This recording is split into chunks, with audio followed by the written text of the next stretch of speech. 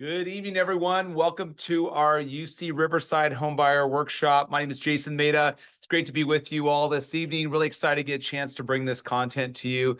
This is our first Riverside Workshop for 2024, but we teach classes like this 4 times a year for our UC Riverside alumni.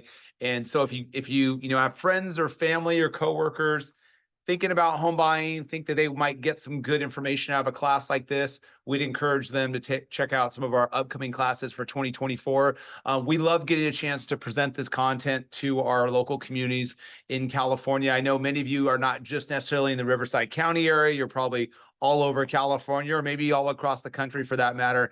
I know we have many of you starting to jump into the Zoom session. One of the things we've been doing this year, just to get a sense of where everybody's at, is asking our guests to pop into the chat and just go ahead and put where you're located today, like kind of where you think you'd like to buy or where you reside from, because as we talk a little bit about market data later on tonight, it's always kind of interesting to see where you're at and then how relevant some of this data is for you in your particular markets. Now, this is a very interactive session, so we would encourage you to ask questions of us as we roll through tonight's content. You can do that by using the Q&A function in Zoom, and then I'll do my best to answer those questions on air. And then this class runs just about an hour, so we'll carve out some time at the end of class to answer any remaining questions, but just before the top of the hour. Again, I know you have lots of choices on what you can do with your Wednesday evenings. We appreciate you taking the time out to join us. And so we're going to go ahead and dive in right now. And hopefully your chat function is working. Let me just double check. I'm going to check just to make sure we're good. In case you guys missed it, if you get a chance, pop in the chat and put your location where you're joining us from. I don't see anybody in the chat. Let me just make sure our security features are okay. Let's see. Should be good. I know many of you guys are just joining us because we just are past the top of the hour. Okay. All right. Perfect. Okay. Looks like we use the Q&A function, so that's fine. Okay. Great. Okay. We got folks from San Diego, Corona, kind of all over the place. Let's go ahead and dive in, guys, and let's go and jump into tonight's class. Just a little bit about us. We're with an organization called American Pacific Mortgage, so we're actually in partnership with UCR alumni, and that's why we're bringing this formatted class to you this evening. So our organization is a direct lender, and I work as an employee of American Pacific Mortgage. I'm the branch manager here. We're based out of Northern California, but from our Northern California offices, we service the entire country in homebuyer classes. So we kind of pride ourselves as being the leader in homebuyer education. So we have a platform like this where we get a chance to educate the future of first-time home buying. So we do kind of specialize in first-time home buying, especially in California. So we partner with an organization called CalHFA, which is the California Housing Finance Agency. You may be connecting with us in tonight's class because of CalHFA too. There's some really cool programs that are out right now with CalHFA. I'll spend a little bit of time talking about some of those this evening as well too.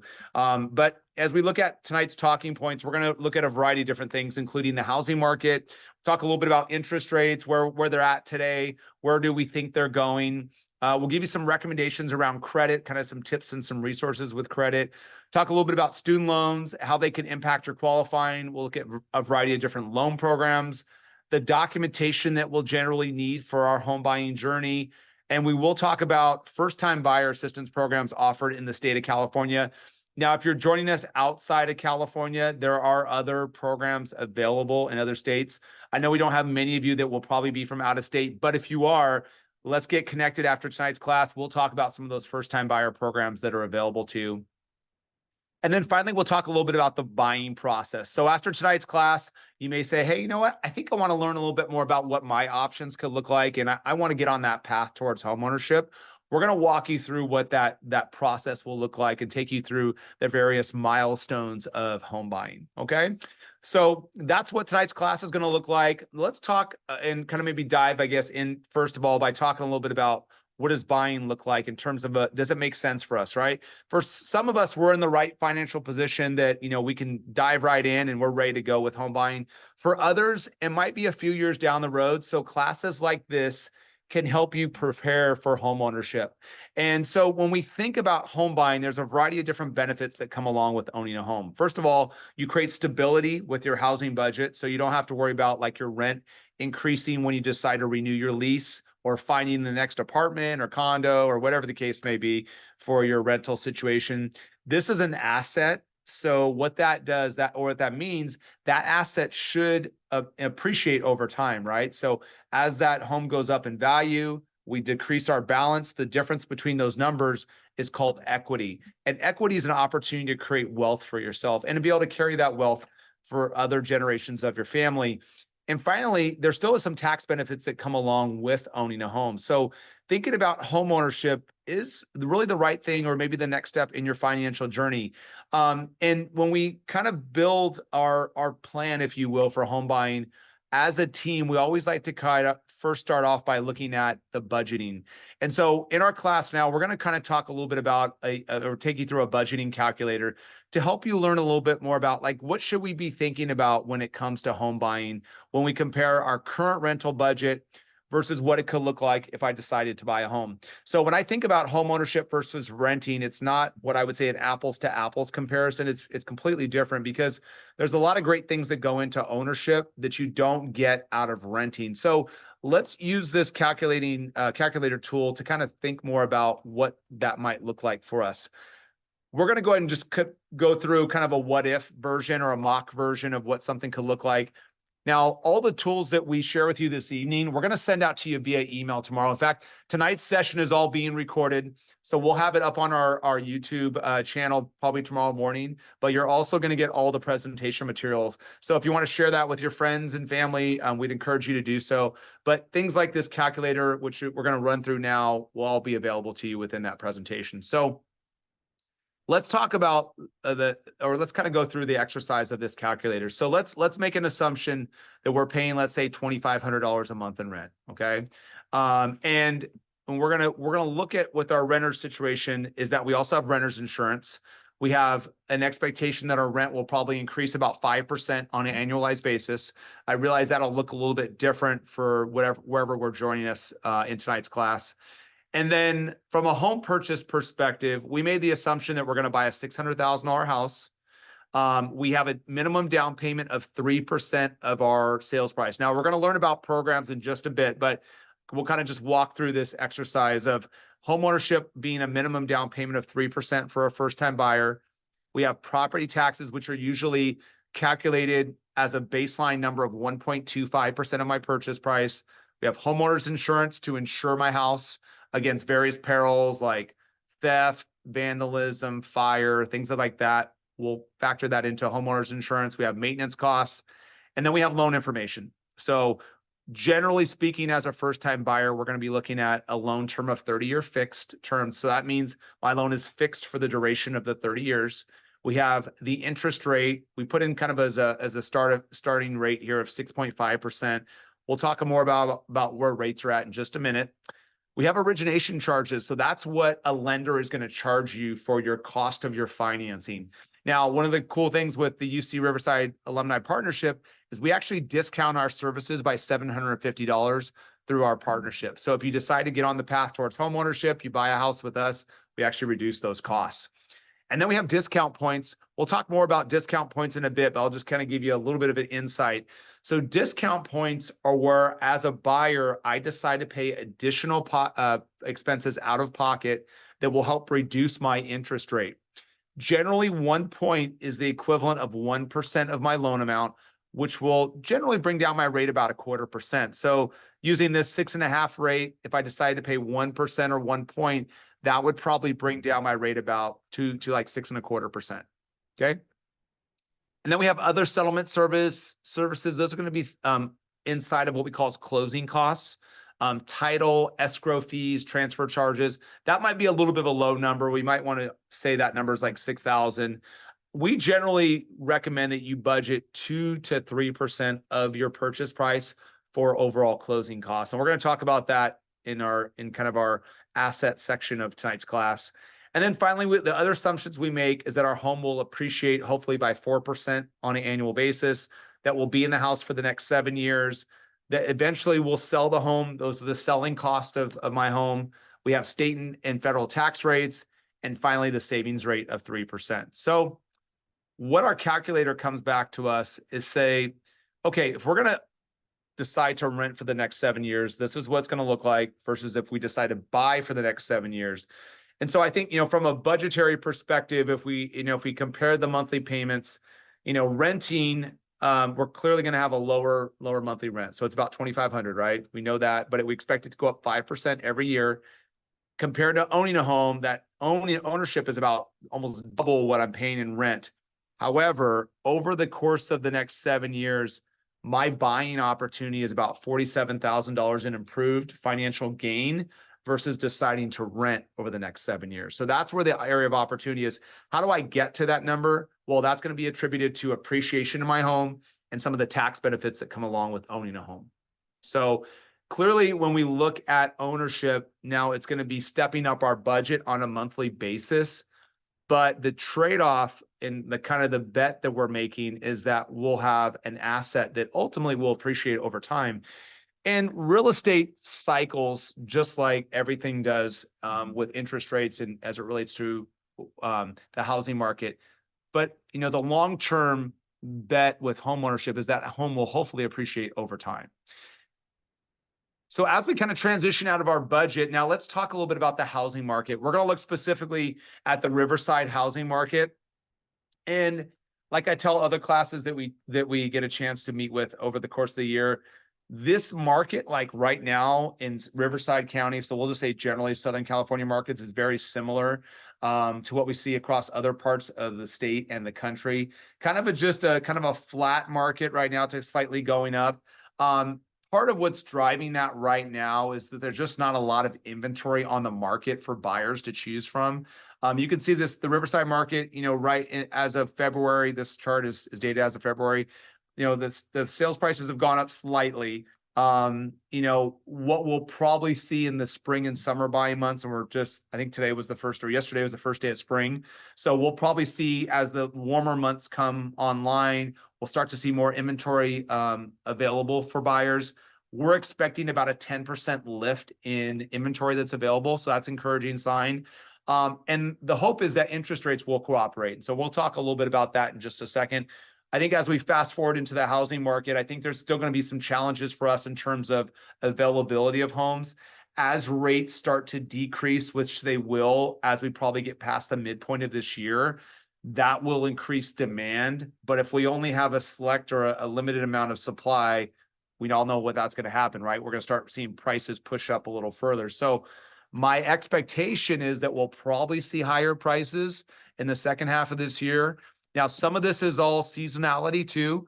Generally speaking, spring and summer buying months are busier than, November, December, January, and February.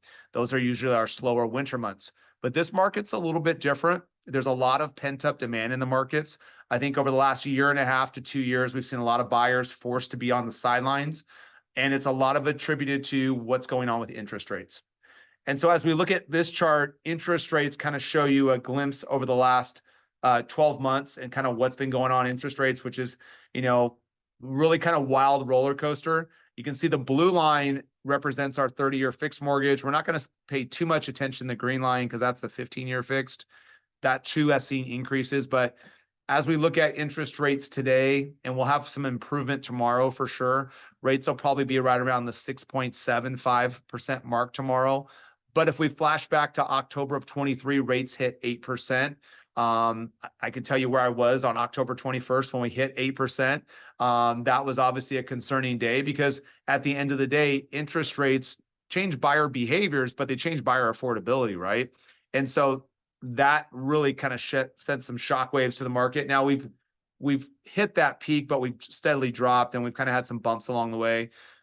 The Federal Reserve came out with their monetary policy for, not policy, but kind of where we stand economically, right? Those of you guys that watch that stuff, you'll see that Jerome Powell spoke on today, the state of the economy. They are expecting the Federal Reserve to make 3 rate cuts this year, which is really encouraging sign. There's about a 70% or 77% chance that at the next meeting in June, that we will see the Federal Reserve make a cut in the federal funds rate. So that's an encouraging sign. To my point earlier, that's where I think we'll see probably rates start to slide down the second half of the year. To what level, we don't know at this point, but my sense is we'll probably be moving from 6.75 down into the low sixes. And I think as we move into 2025, we'll probably see rates hopefully go into the 5% range. Historical levels are more in the 5.25% to 5.5% range. So clearly we're off of those historical averages. But it remains to be seen on what happens. Now, from an interest rate perspective, not all interest rates are the same for all buyers. And I think some of that gets a little bit lost when you're looking at your online searches of interest rates and whatnot. There's a variety of different characteristics that go into interest rates. It's credit eligibility, the product that I select, how much I decide to finance, what my down payment is. We learned a little bit more about discount points in our budgeting exercise, where we can pay down the cost of the interest rate by the cost that we outlay. So those are things that can move the needle on interest rate. And then also the term that we're going to use for the type of loan. For the most part, most clients are going to elect a 30-year fixed mortgage. Especially if you're going to be utilizing first-time homebuyer programs, the only option is a 30-year fixed mortgage. So as we meet with you to design your path towards homeownership and put together a real comprehensive plan, when we do that, we're going to talk about interest rate options and the different products. So you'll have a really good idea, especially if you want to be a pre-approved, what type of program am I going to do? What's the expected interest rate right now?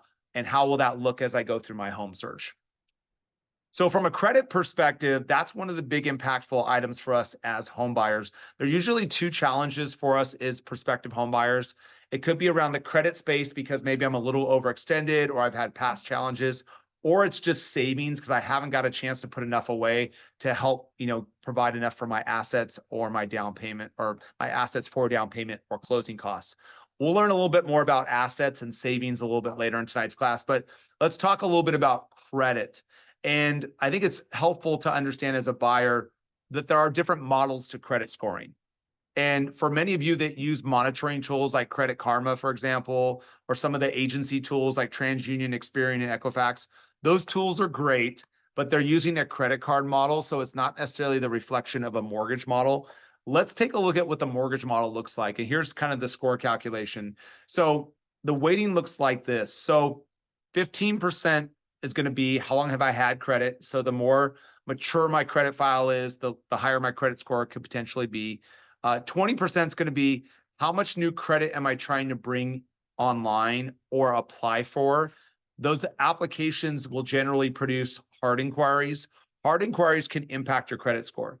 Now, in starting the process with our team here, we only start with a soft credit check. And the logic behind that is because one is we don't want to impact our buyers' credit scores until they're really ready to go with home buying. And secondly, it probably takes our average buyer 3 to 6 months on average to even start getting serious in the market. So we wouldn't want to put that impact into your score unless we know definitively when we're going to buy, right?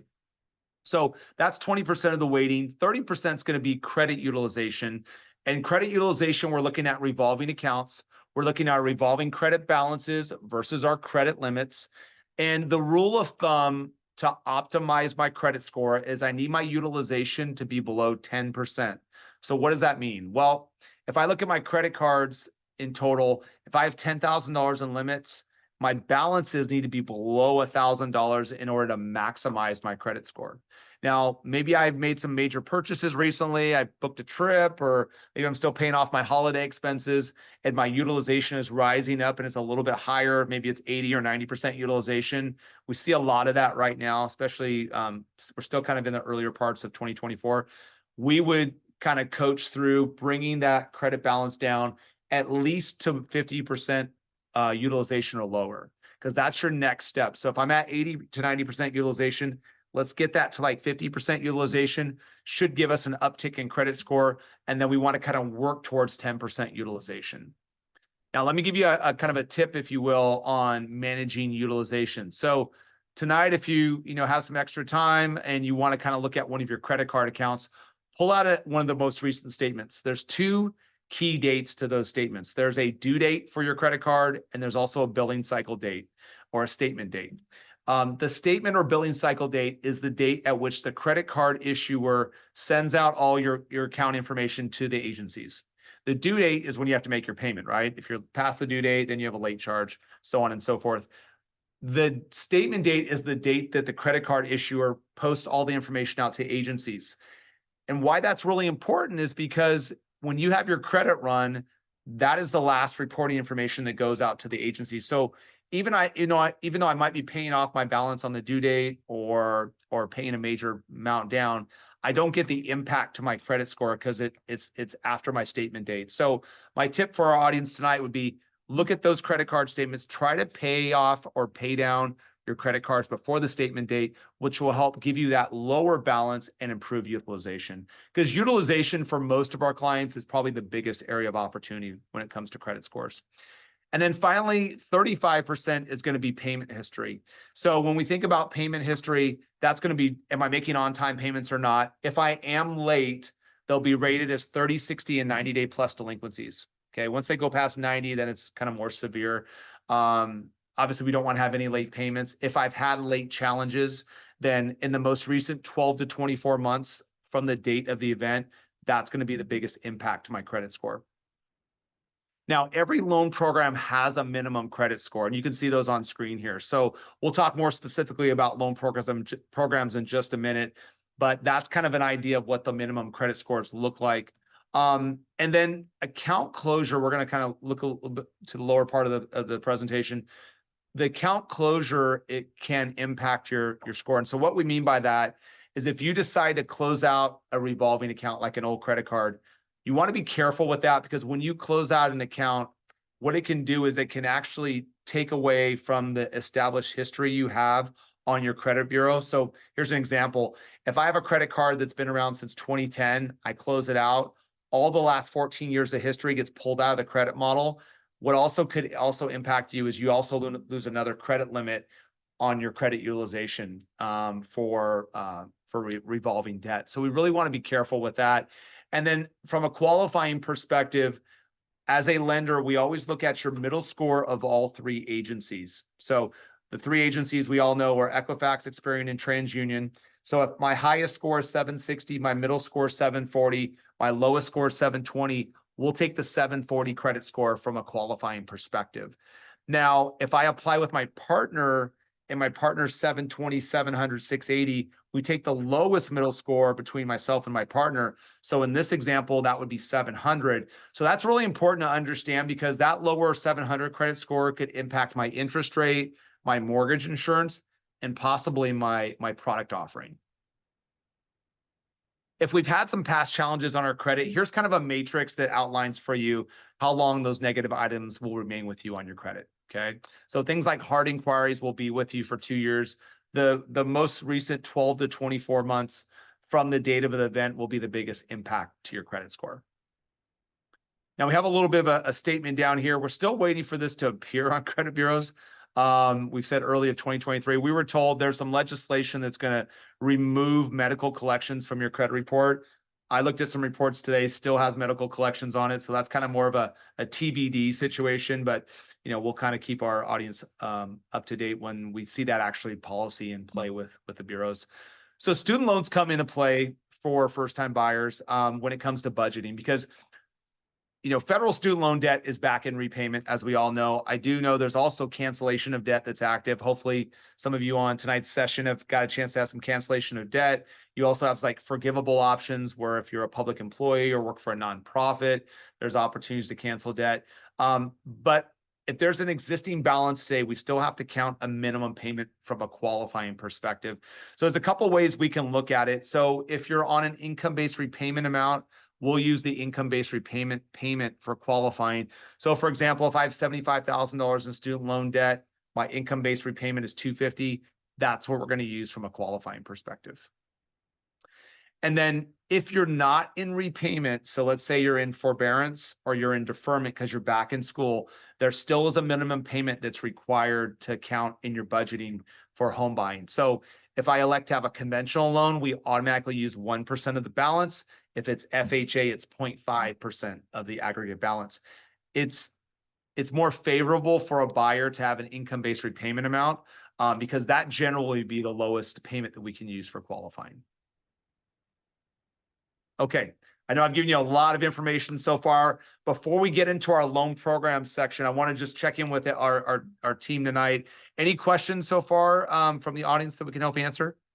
I know, and hopefully the Q&A function is working for everyone. I think we might have an issue with the chat, but Q&A should be ready. All right. Okay. Again, if you have questions on tonight's content, just throw it in the Q&A and we'll go and get those answered. Let's talk a little bit about loan programs. And so these are the 5 core programs that we generally focus on for our buyers that we're working with.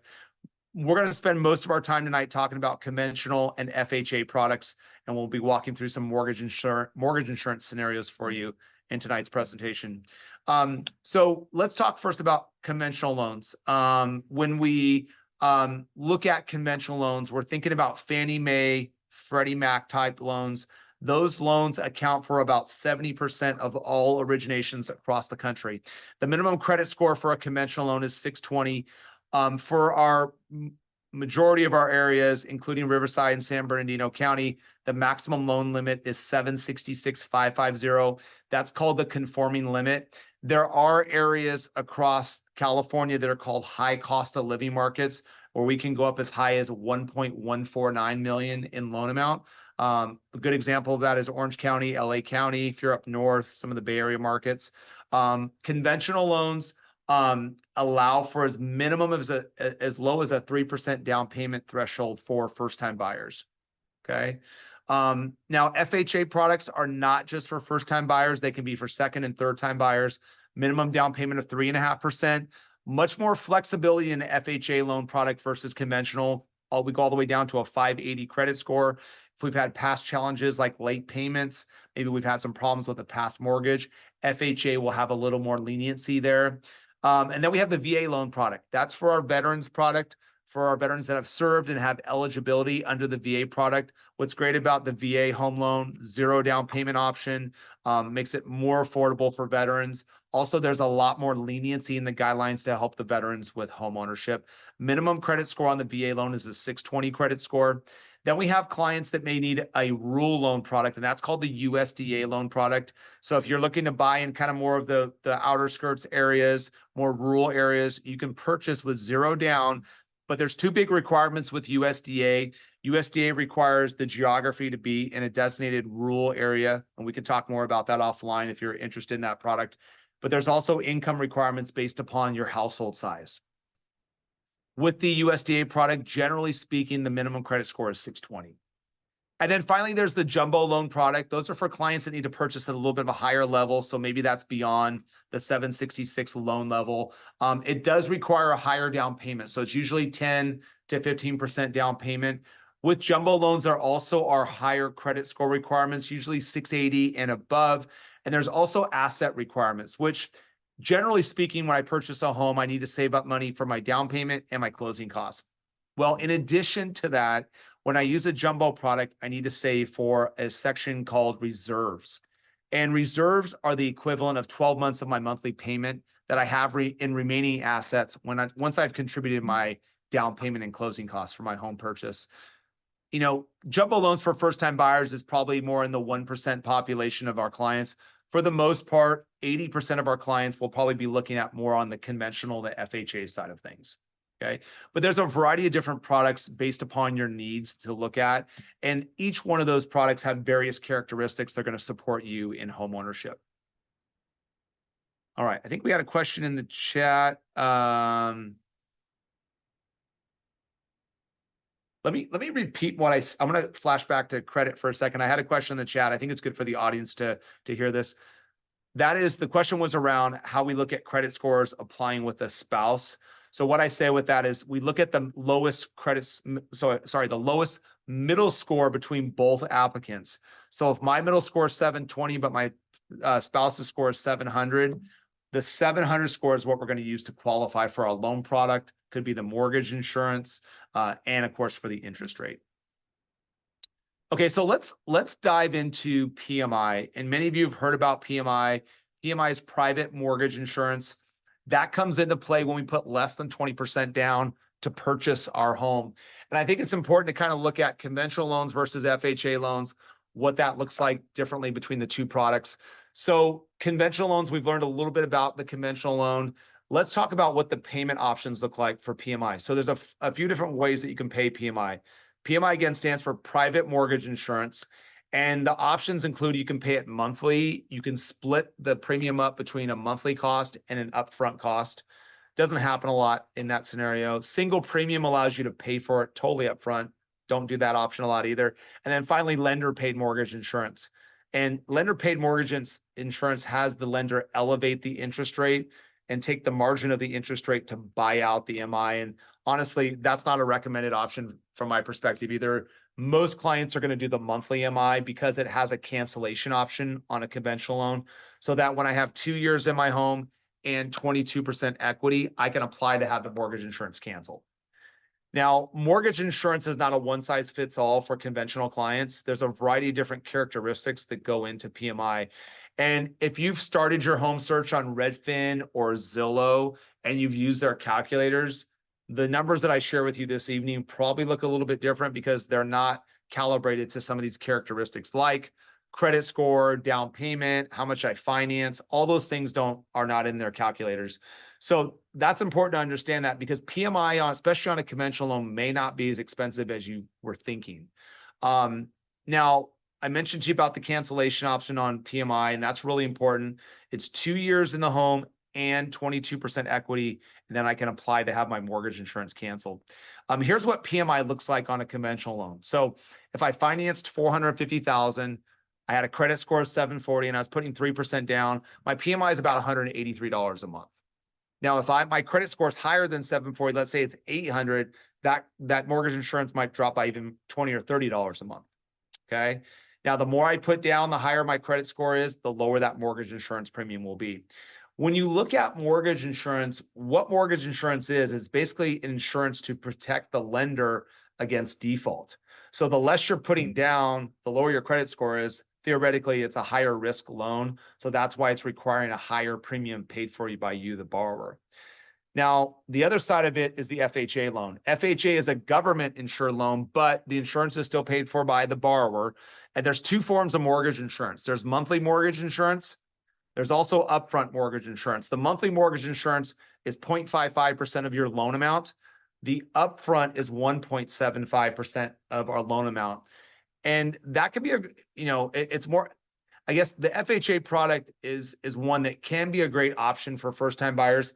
But what I found in my experience working with clients, the FHA product is a great short-term solution, but not necessarily the long-term solution for clients. Many times I hear from clients that lenders will assume that the client will just take an FHA loan because they're a first-time buyer, which that's not always the case because a lot of FHA buyers may be qualified for conventional. And as we're learning right now, the mortgage insurance looks a little bit different. So I think it's really important to understand that FHA does carry with it those two components to mortgage insurance. Now, if we look at the FHA mortgage insurance example here, we take that same $450 loan amount, we add on the upfront mortgage insurance of $78.75 plus the monthly mortgage insurance of $206.25. It's going to be a little bit more expensive than a conventional loan, but the other component to FHA mortgage insurance or FHA loans is you don't have the cancellation option with an FHA loan. You do have to refinance out of that loan into maybe a conventional loan in order to remove mortgage insurance. Okay. Now, when you look at the two different products, you may say, well, why would I ever choose FHA? Because conventional has the cancellation option, lower premium, probably makes more sense. Well, you're probably right with that, but not all clients will qualify in the conventional product, especially with lower down payment options. So that's where, as we meet with you for a consultation, we're going to figure out what option makes the most sense for you. Okay. So that's PMI explained. Again, PMI stands for private mortgage insurance. You're going to hear PMI again later on in tonight's discussion. But let's talk a little bit about documentation that you'll generally need as you start this path towards homeownership. So as W-2 wage earners, we generally need the last 2 years of W-2s and tax returns, and usually the last 30 days of pay stubs. Throughout the process, as a lender, we do verifications of employment. Okay, whether it's, once you have an accepted offer or right before you get the keys to your house, there's a variety of verifications that are done. Now, if we're self-employed, we'll probably need a little bit more information. We have to have at least 2 years of tax returns. By the way, for a self-employed individual to borrow funds, you need at least 2 years of an established business. We'll probably need a profit and loss statement, verifying the business through a CPA letter or a business license, things of that nature. So that's kind of what you'll typically need to gather in the process when it comes to home buying. Now, let's talk a little bit about employment or income situations that I think it's important to understand. There is a misconception out there that you need 2 years employment history or 2 years on your job, I should say, in order to be eligible for financing. That just isn't the case. You actually need a combined 2 years of either employment history or educational background. So here's an example. If I graduated from UCR in the fall, I just started a new job January 1. I was 4 years at UC Riverside, just started my new job. I would technically still be eligible for financing because I have 4 years, let's say, with an accounting degree, and now I started an accounting firm as of January. So then I would be eligible for financing. So we're really got to put together a 2-year history. Even if I've only been on my job for 1 month, but I worked at a previous job for 1 year and 11 months, that would still satisfy the 2-year history. In some cases, we'll have clients that are applying for a new job and maybe get an offer letter. And now that they have the offer letter, they want to apply for their mortgage. That offer letter could be used to support their qualifying income for a home mortgage.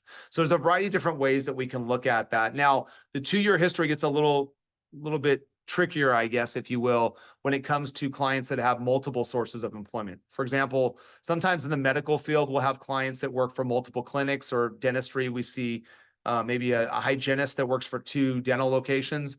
In that case, you do have to show, if you want to use both sources of income, 2-year histories at both locations or both jobs, right? I mentioned to you earlier that as self-employed individuals, we do need 2 years of self-employment history. If you have a side job, like let's say you're working for Uber on the weekends or DoorDash, right? If you want to include the DoorDash or Uber income, that is 1099 income. That has to be done 2 years simultaneously with your 2-year full-time job, for example. If you're on a part-time job, that's where the 2-year job requirement comes in. As a part-time employee, we'd have to make sure we're on our job 2 years, okay? Now, other sources of income, like let's say maybe I rent out a room, right? And I get room rents for that. Generally, for most loan programs, that will not be ongoing income that we could use for our qualifying. And then if our partner is not going to join us in the application for our mortgage, even though our partner might be contributing to the household expenses, that income cannot be counted unless my partner is going to join me on the application. Okay, so those are a few of the situations that we get. Obviously, as we get a chance to get connected with you for a consultation and design a home buying plan, we'll figure out, and answer, of course, all your questions. But those are some of the situations that come up as we're meeting with clients. Now, as we think about income, we do a calculation of income versus expenses. That's called debt to income ratio. Probably many of you are familiar with that calculation. It is a very simple calculation, takes into consideration your gross monthly income versus your monthly expenses. Expenses would include things like the new mortgage payment, personal loans, credit cards, car payments, student loan payments. All those things would be under expenses versus my pre-tax income, assuming I'm like a W-2 employee. So here's like an example of debt to income ratio. Principal and interest, taxes and insurance for my new house. If I'm putting less than 20% down, PMI, if I buy a condo, townhouse, maybe some new construction properties, HOA expense, which is called homeowners association dues. And then you can see for this scenario, we have $500 in other expenses. And this particular client made $8,500 a month. So that would put our debt to income ratio at 35.29%. Okay. Now, the rule of thumb is that we can't go beyond 43 to 45%, but for higher credit score customers, we can go as high as 50%. The question I get often is, where should my debt to income ratio be? And there's really not a right answer to that question. But for the most part, most first-time buyers feel pretty good with their debt to income ratio around 33 to 36%. You can see in our example, we're at 35%. But I think the more important question is around affordability. And so as we meet with you for your consultation, we're going to better understand what your budget looks like and what a homeownership could look like for you, because that budget number is really where I'm most concerned at, because I want to make sure we design a program that creates two really big goals: sustainable homeownership and long-term affordable homeownership. Okay. All right. Okay. So let's talk a little bit about assets or savings for homeownership. When we think about what we need to save for homeownership, there's kind of two categories I want you to think about. Down payment, which is the down payment for the loan. We saw down payments can range as low as 33%, 3.5% for FHA. But then we also need to save for what we call as closing costs. Closing costs can generally range anywhere between 2 to 3% of your purchase price. And it does vary based upon what's negotiated with the seller. But 2 to 3% is what, I would probably use as a baseline number. Now, we do have to document all the assets used in a transaction. Cash can't be used. We have to document everything that's going to be provided to a transaction, which would include accounts from checking and savings accounts. Maybe you decide to use a retirement account. Those can potentially be used, but we would encourage you to talk to your tax or your financial advisor. So things like 401ks, 403bs, IRAs. Now, gift funds can be used as well. So here's what gift funds are. That's when an immediate family member is contributing to your home purchase. So let's say mom and dad says, hey, Jason, we're going to provide you $50,000 to buy your house, right? That would be considered gift funds. There is no seasoning requirement for gift funds. So, but we do have to paper trail the source of the gift funds, and you can see some of the documentation that we would generally need on screen. So those are some of the things that we think about when it comes to the assets or the savings portions of homeownership. Now, I mentioned to you earlier as we were going through the class, starting the class, is there's two kind of challenges, if you will, for homeownership. We already talked about one of them being credit. We just talked about the second one, which is savings for down payment. Now, there's certainly savings plans that we can help our buyers with, but for our clients looking to buy more immediately, maybe in the next 6 to 12 months or next year, assistance programs can be a great resource to help you on the path towards homeownership. Because many of you on tonight's call are from the state of California, CalHFA is a state agency, and CalHFA stands for the California Housing Finance Agency. It's designed to create sustainable and affordable homeownership for low to moderate income households in the state. Now, you may have heard of CalHFA even before tonight's workshop. You might be even attending tonight's class because you've heard about some of the recent CalHFA programs. So since the majority of our audience is in California, we're going to go through some of the first-time buyer options here that can help you with affordable homeownership. There's a program out right now, which is always around. It's called MyHome Assistance. Provides up to 3% of your sales price in assistance or 3.5% for an FHA loan. What that is, it's a 1% simple interest rate loan on that amount of assistance that can satisfy your minimum down payment for both a conventional loan or an FHA loan. It's an amazing product. It's always available under the CalHFA budget. It's not a first come, first serve or a lottery-based product. So that's always around. There's the ZIP Assistance Program, which adds on to the MyHome Assistance. So if you elected the MyHome Assistance, need a little bit more coverage, ZIP would help out. The ZIP Assistance Program doesn't make as much sense right now because it elevates the first mortgage rate by almost 1%. By the way, interest rates on CalHFA loans are generally about 0.25% lower than the market rate. So there's a nice benefit there.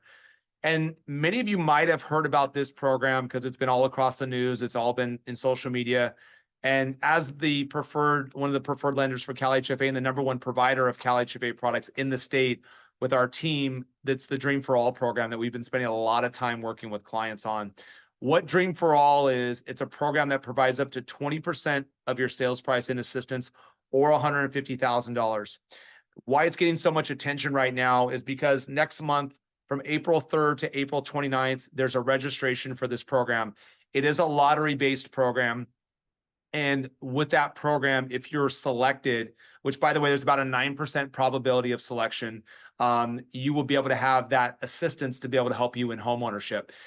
It is a little bit of a different product than what we saw with Dream for All last year, if you've kind of been watching in the news. It does require one of the buyers to be a first generational buyer. And what that means is you to be a first generational buyer, you cannot have owned a home in the last 7 years, and your parents cannot be current homeowners in the US. So only one of the buyers has to meet that qualification. All buyers have to at least be a first-time buyer. And if that's a product that's piquing your interest, we'd encourage you to visit our YouTube channel. Last Thursday, I taught a full hour-long class on Dream for All. It was very well attended, and we answered a ton of different questions. We're not going to have a lot of time to dive really deep into Dream for All tonight, but I encourage you to check out that class. And then we can always get connected after tonight's class for your consultation if that's something you want to take a look at. If we looked at the My Home Assistance program, I want to kind of just give you a quick little kind of framework of what this looks like. If you were buying with a traditional conventional loan, generally speaking, with a 3% down payment, you probably would have to save up $22,000 to $27,000 at minimum to buy a $450,000 house. If you added on a product like My Home Assistance, we could still do a conventional loan with the state assistance. But instead of having to save up for that down payment, that's where the My Home Assistance could come in and provide some relief. And then in that scenario, the only thing I would have out of closing costs out of pocket, which could be a lot easier to manage versus trying to come up with $22,000 to $27,000. Again, I mentioned the ZIP assistance can be another tool that can help you out there, but a little bit more of a higher interest rate when we add on that product today.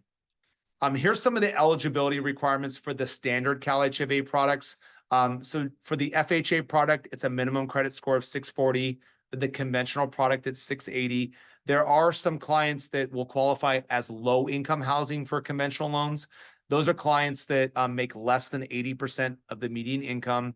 You can see the debt to income ratio requirement for the product.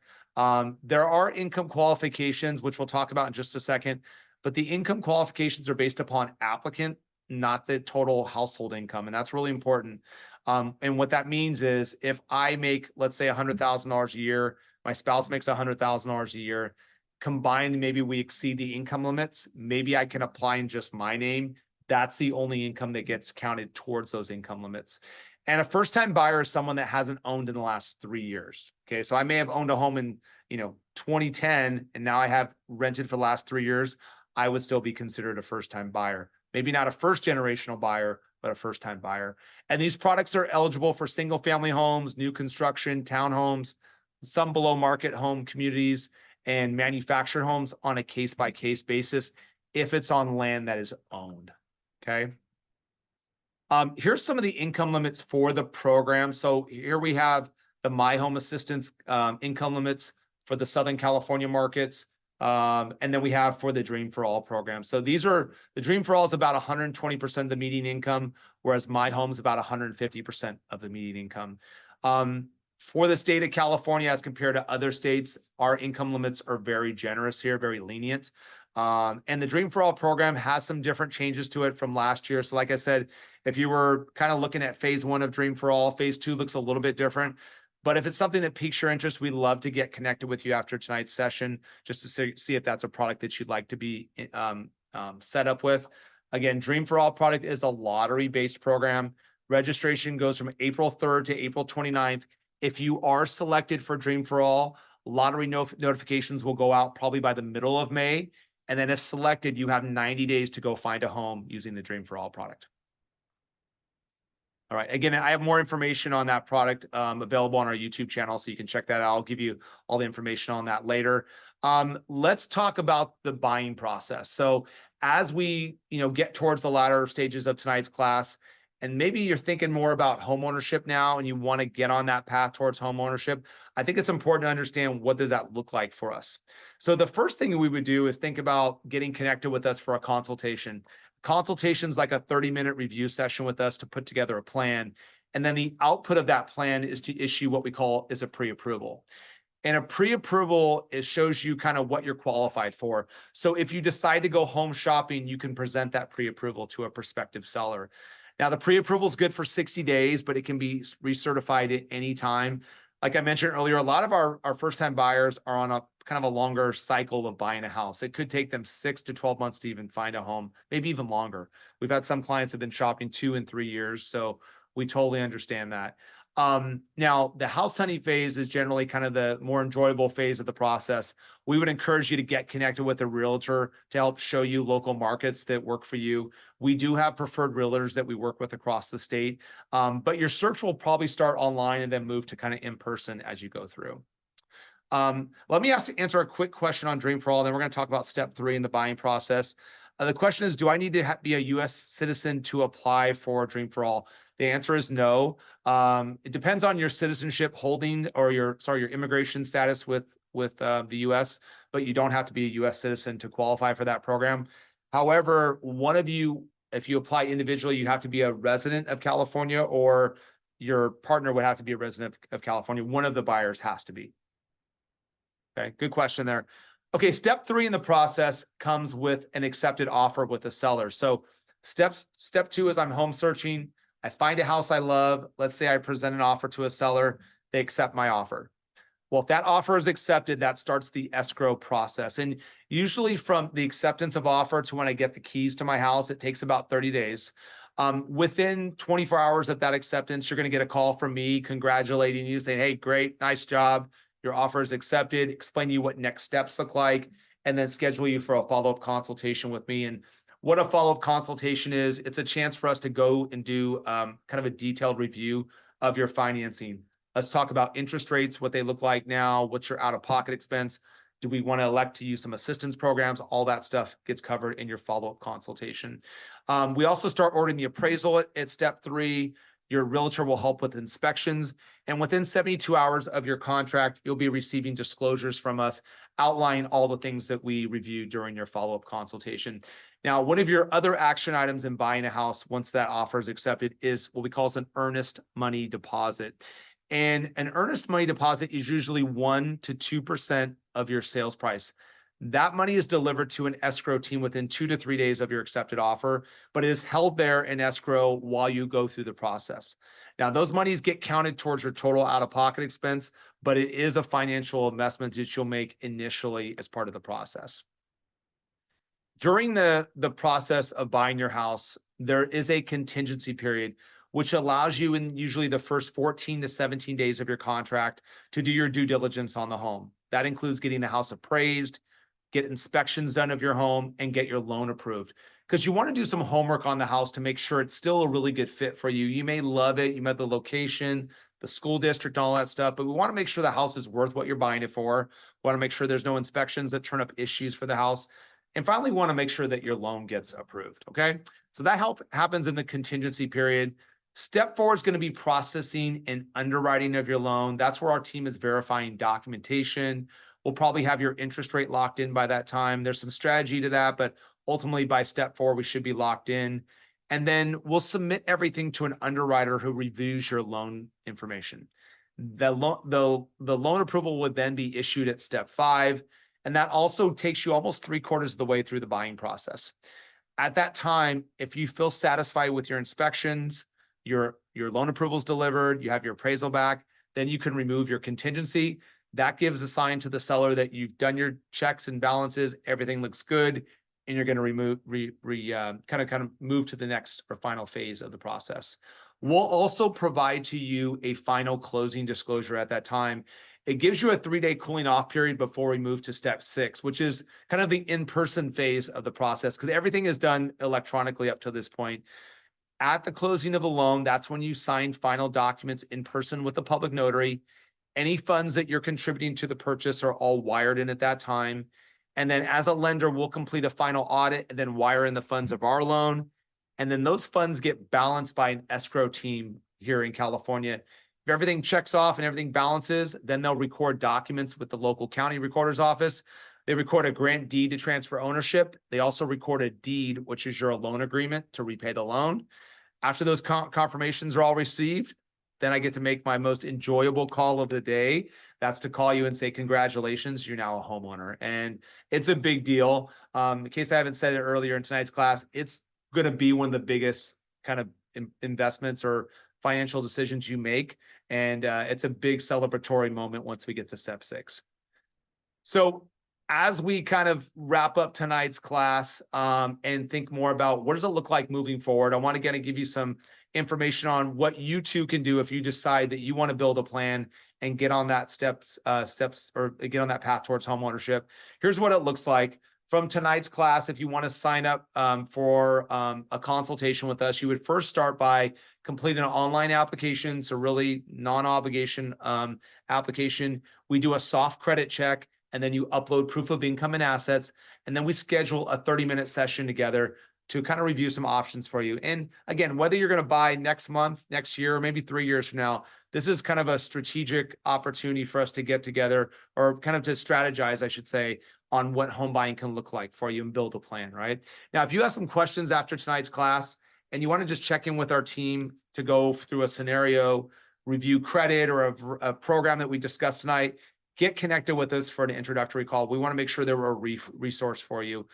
The consultations that we've talked about are a free service that we provide. So, we want to make sure that you do have that resource to get all the right information when it comes to home ownership. And in that consultation, we'll talk about, like, where do we want to buy? What's our budget look like? How can we optimize credit scores? Do first-time buyer programs fit for me? What should be some of the loan programs I'm looking at? And the output of that consultation, like I said, is to be pre-approved. Okay. Now, we have other resources that are available to you, like our mobile app. You can start the application process right from mobile. You can follow the process of your loan. Also just doing calculations of various loan payments that could work for you while you're doing your home search. That's available for Android and Apple. You can check that out in the App Store. And of course, we got the link there for you as well. Well, you're joining tonight's class because of our fantastic UC Riverside partnership. I couldn't be more thrilled to be in partnership with our alumni. Again, this is our first class for 2024. We have 3 more classes remaining. We also have other partnerships across California. So as I mentioned earlier, if you enjoyed tonight's workshop, you have friends, family, and coworkers that want to get connected for some of this information, they can check out a full class schedule at mortgageeducate.com. For you as UC Riverside alum, you actually have your own website too that you can check out as well at ucrmortgage.com. That has a list of your discount, which is $750 off your closing costs, as well as some of your ongoing classes that are available to you. And as we wrap up, I do want to carve out more time for some Q&A if you do have any questions. Here's all my contact information. So if you want to get connected with me, please reach out, text, call, email, whatever's good for you. And follow us on social. I think that we have some good information we put out for our first-time buyers. You can follow us at JMade Mortgage. That's also the handle for our YouTube. I mentioned to you earlier, we had the Dream for All video that was posted last Thursday. It's got a lot of good exposure. I think that would give you a lot more information on Dream for All if you're kind of encouraged or want to kind of take a look at that product as well. So I know I'm just before the top of the hour. We're right on time, but I want to open it up for more questions from our audience. So I have a good sized group that's still with us. I know I'm right up against our dinner time, but if you do have some questions, I want to stick around and answer any of those for you now. So let's go ahead and answer any questions that you might have.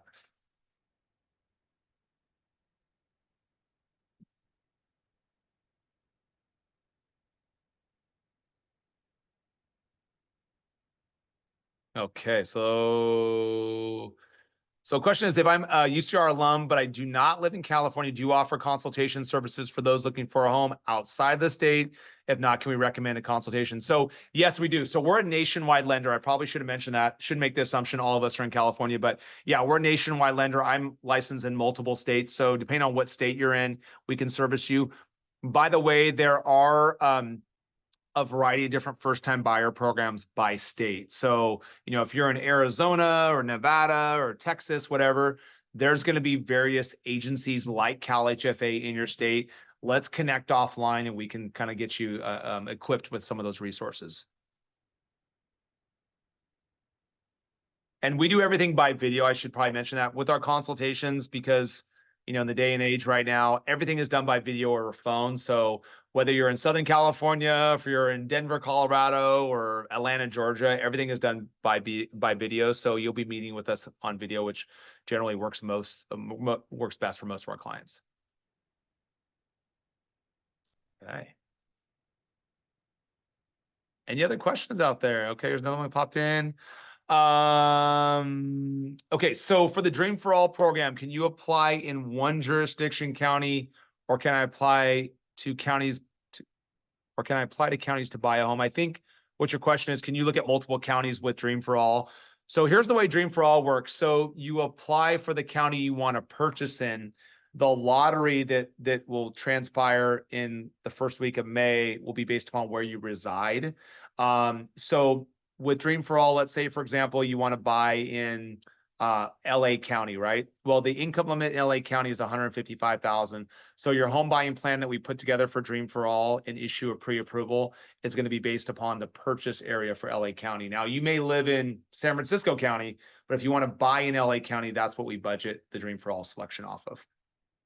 Now, with Dream for All, the prerequisite for registration, which I mentioned is from April 3rd to April 29th, you do have to be pre-approved by a CalHFA approved lender like us, and you do have to complete 1 hour of shared appreciation training. Now that is a lottery-based program. Again, about a 9% probability. It's broken up by 9 regions across California. So for example, if you're in San Diego, you're in the San Diego region, there's Orange County, LA, there's the Riverside, San Bernardino. I think actually Riverside, San Bernardino is in the LA County market. And then we kind of go up further up the north, up to Northern California. So that's a really exciting product. You know, we are meeting with clients. We have been over the last 2 or 3 months to put together pre-approvals for that program. So if you're interested in that, we'd love to get you connected with that as well too. Okay. All right. So we got another question. So another question was, is there anything we should do to prepare for the Dream for All before applying?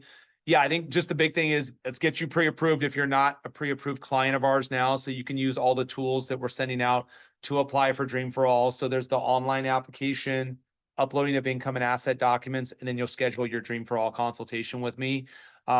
Because of the high demand of that product, we are about a week out from scheduling on Dream for All. But not to worry, we'll make sure that you're approved in plenty of time if you're eligible in advance of the registration. So the way that program works, whether you register on April 3rd at 8 a.m. or at 5 o'clock on April 29th, as long as you make it inside the registration window, you'll still be queued up for the lottery. And like I said, the lottery results will probably come out in the middle of May. So that's what that will look like. Okay, great questions. I know everybody's sticking around. Any other questions I can help answer?